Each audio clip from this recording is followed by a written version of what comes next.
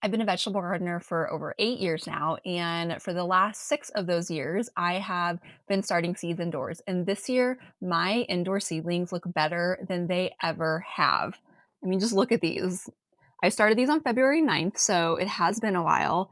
And before you shame me, I know that these are pretty big. It was 80 degrees here 2 days ago in zone 6B, and then it was 13 degrees the next day. So I'm just waiting for it to warm up. I'm going to start hardening these off tomorrow, and then we'll transplant them. So I know they're big, but that's a good problem to have. So they're looking really awesome. I have several other trays behind me. Everything is growing so incredibly better than it ever has. And there's a couple of reasons for that. One of them being, I really think the fertilizer in my fertilizer regimen I'm using with my seedlings this year has made a huge difference. So there's a lot of fertilizers out there that you can use. I really recommend liquid fertilizer for your seedlings.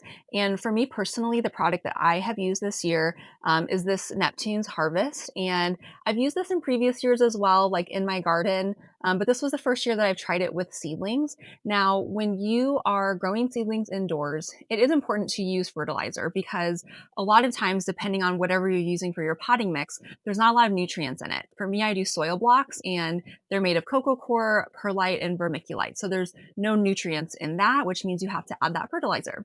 You want to wait to add the fertilizer until after the first true set of leaves is showing. So when they germinate, those first little sets of leaves, those aren't those true leaves. So when you see those, you need to wait until the seedling gets a little bit bigger and has those true leaves starting to show.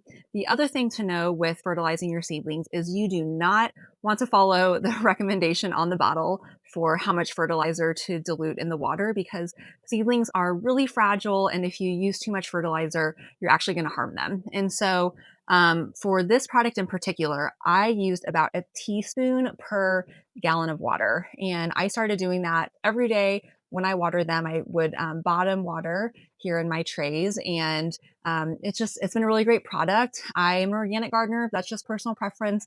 Like I said, there's a lot of products out there. So, do some research, see what's going to work best for you. One thing I will say I liked about this one, if you've used like a fish fertilizer in the past, sometimes they really smell like fish. And this one really does not have that bad of a smell. So if you used fish fertilizer in the past, you're a little hesitant. This one was a lot better.